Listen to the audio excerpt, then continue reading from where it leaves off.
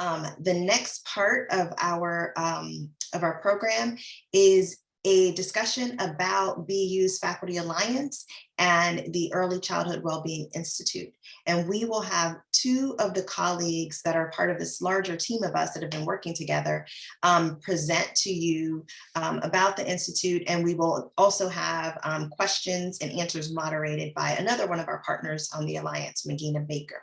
So I believe they have slides to share, so I'm going to stop sharing and let them take over. Wonderful. Thank you, Stephanie. My name is Megina Baker. I'm on the faculty in the Early Childhood Program at BU Wheelock and part of the Faculty Alliance. And it is just my pleasure to give you a little snapshot of who we are as a group. So this is the best we could do in terms of a group photo, given the times. But these are the members of the Faculty Alliance. And in a moment, Amanda Tarullo in the middle here, who is an associate professor of psychological and brain sciences in the College of Arts and Sciences. She's also the director of the graduate program in developmental science. So she'll be speaking with you, along with Felicity Crawford right here, who is a clinical associate professor in special education at BU Wheelock. So I will turn over to both of you and I'll be monitoring the chat as people have questions. Great, thank you so much, Megina. Hello, everybody. I'm really excited to be here and have the chance to speak with you today. Okay, everybody see the slides okay? Great. So I'm so honored, and Felicity and I are so honored to get the chance to represent the Faculty Alliance in just telling you a bit more about who we are and about our plans for the Institute for Early Childhood Wellbeing, which, as David mentioned, just launched the other day, a couple weeks ago. So our mission is to create holistic, nurturing ecosystems that integrate across disciplinary boundaries. So when we talk about holistic, nurturing ecosystems, we're thinking at every level. We're thinking at the level of schools and neighborhoods. We're thinking at the level of families and parents and pediatricians and caregivers, and also at the level of institutional systems and the state and policy and structural racism and all of the other factors that are playing a role in children's development. And we also are looking to integrate across disciplines and public health, social work, education, psychology, medicine, all coming together to work towards improving child well-being, preventing trauma, and reducing inequities in child health and education. And through all of this, our goal is to build resilience. So this has begun as the BU Faculty Alliance, which was started in 2019. As Dean Chard mentioned, our inaugural director, Ruth Paris, from the School of Social Work, has been working all along as part of the BU Faculty Alliance, and we're very honored and delighted that she is our first director. So the BU Faculty Alliance has been meeting on Friday mornings at 8 a.m. for quite a long time now. I don't know why everybody picks these early morning meetings, but this is our group, and I just wanted to share everyone's names to show you that it's quite interdisciplinary. So we have 4 faculty members from Wheelock, Megina Baker, Stephanie Curenton, Felicity Crawford, and Ellie Friedland. Also Martha Bibbert from the School of Medicine, Peter Rockers from the School of Public Health, and then I'm from the College of Arts and Sciences from the Department of Psychological and Brain Sciences. And together we've developed the charter for the Institute, but now its future is in everybody's hands. This is really a collaborative undertaking. I want to tell you a little bit about what our goals are. So there are 4 main goals that the Institute has, 4 main sets of activities. The first is convening. So we will be hosting events that bring people together, community stakeholders, members from all across Boston University, coming out together for talks and for conversations and speakers, but also just collaborative dialogues around challenges and opportunities in early childhood development, and looking at ways that we can put together our knowledge and ideas to improve early childhood well-being and to make connections with each other. In terms of research, our goal is to really facilitate collaborations that transcend disciplinary boundaries, and that includes collaborations with individuals from outside of BU in the community and also across schools at BU, with the goal of being innovative and finding ways to improve research-informed early childhood intervention. We are looking to build bridges between the university and community stakeholders and put together everyone's expertise and everyone's voices and experiences so that the community can help to inform what the research agenda should be and what is most needed, and so that we can partner with community organizations through our convenings and also working together to advocate for public policy changes. Finally, the Institute will have a major role in education for our undergraduates, for our graduate students, and to lead programs that connect students with learning opportunities, whether that be fellowships, whether that be institutes and workshops, and then also more informally, just the opportunity for our students to connect across disciplinary boundaries and to have a more holistic perspective on child well-being, so that when they go forward from BU as practitioners or as researchers, they will bring that more holistic perspective to hopefully change the field over time. So thank you so much for the opportunity to share this with you today. And I'm now going to turn things over to my colleague, Felicity Crawford. And Felicity, I'll just leave the slides up and you can tell me when to change slides. Well, good afternoon, everyone, and thank you for the opportunity to share this bit about our Summer Institute with you. This is an example of how the Institute for Early Childhood Wellbeing will collaborate across the university to advance that which we know to be important. So co-sponsored by BU Wheelock, the Institute for Early Childhood Wellbeing, and the Division of Developmental and Behavioral Pediatrics at Boston School of Medicine, the Summer Institute, which is what we are calling the Education for Equity and Democracy, is an inaugural event that launches a transdisciplinary program of study that centers equity as both a unit of study and an ideal that institutions like BU must strive to achieve if we as a nation are to maintain our very system of democracy, which today is being contested by self-destructive political polarization, economic exploitation, ballot contraction, and many other democratic deficits, most notably racism and structural inequality. The Summer Institute is necessarily transdisciplinary because problems manifest in our social, economic, fiscal, legal, medical, and educational institutions. In other words, these problems transcend disciplinary boundaries, and our aim, starting with this inaugural institute, is to bring together various consortia of experts from who will study and assist us in developing mechanisms for acting on seemingly intractable problems that children and their families face, such as food and housing insecurity that negatively impact their outcomes. On one of our slides, the next slide, could you change to the next slide, please? So let me tell you a little bit about the Institute. It will occur on June 21st through 23rd from 4 p.m. to 7. What we're hoping to have is an event management platform in which you will find pre-recorded videos in addition to the live discussions that will be moderated on those days. And in that environment, we hope to have rich discussions from folks across a number of disciplines. Could you change to the next slide, please? So here's a lineup of an example, certainly not the only one of our speakers. this group that I'm sharing with you will be discussing the root causes of inequity that impact children. So for example, we have a social epidemiologist, several pediatricians, several psychologists who will be taking a look at, and people in social work who will be taking a look at how these issues of inequity manifest. So would you move on to the other slide, please?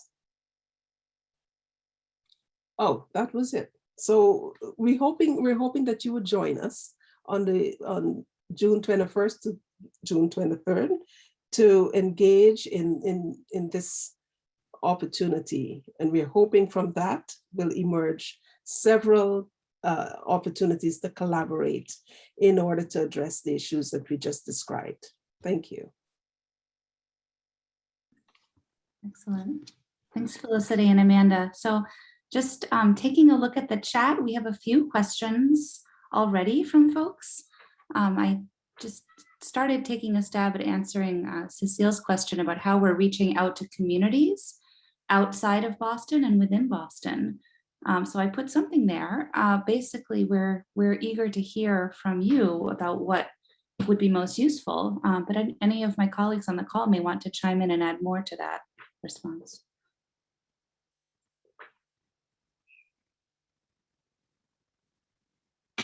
Martha, do you want to speak out to that a little bit, maybe?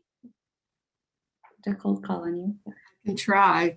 I know that we've had lots of discussions about community and actually local and global. I think we have a number of us who are engaged in international communities as well, and very, very interested in drawing together the expertise here in Boston, where there is a whole lot of thinking. We're going to learn about more of it during this time.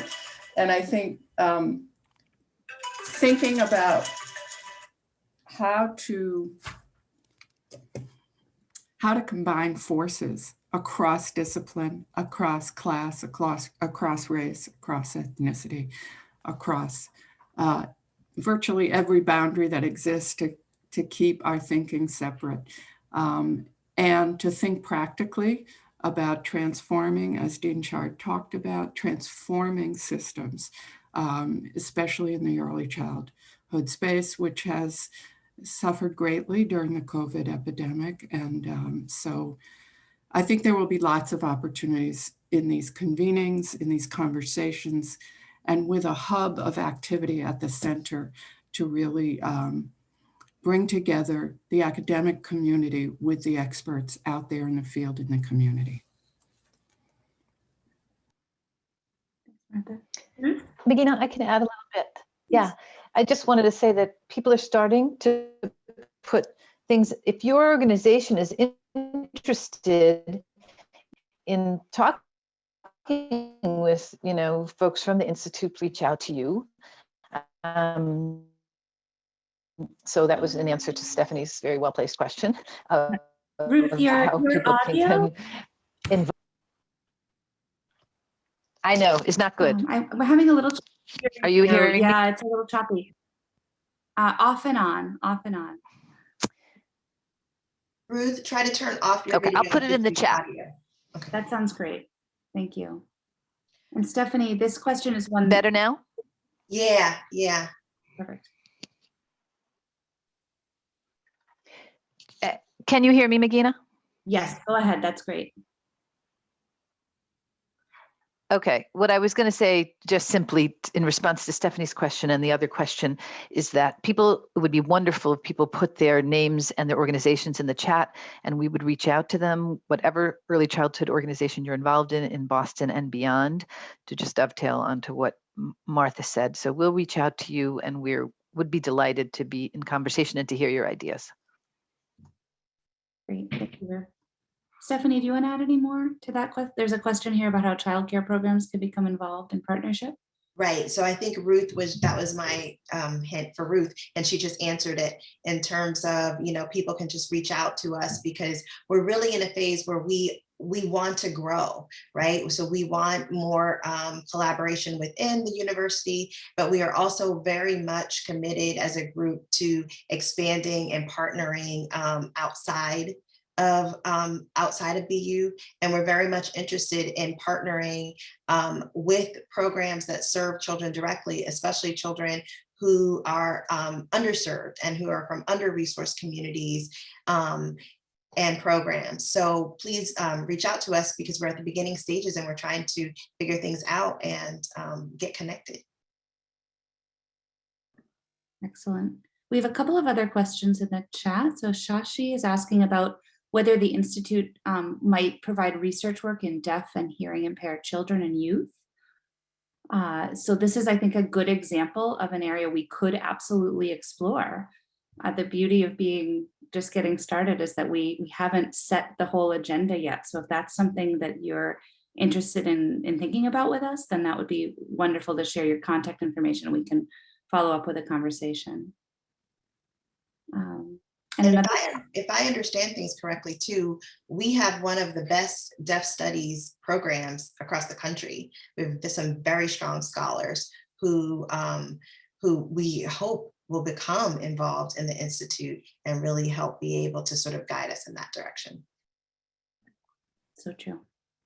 Another question from Sarah here is, will we be holding postgraduate opportunities for educators to participate in? Also a great idea. And we could, that would be lovely. And we would love to do something like that. So again, we're really like in our infancy. So it can be what we want it to become. So this is the moment for dreaming and thinking about what would be valuable to the community, both within and beyond BU. And I see lots of people are starting to share some of their contact information, which is excellent. Are there any other questions right now?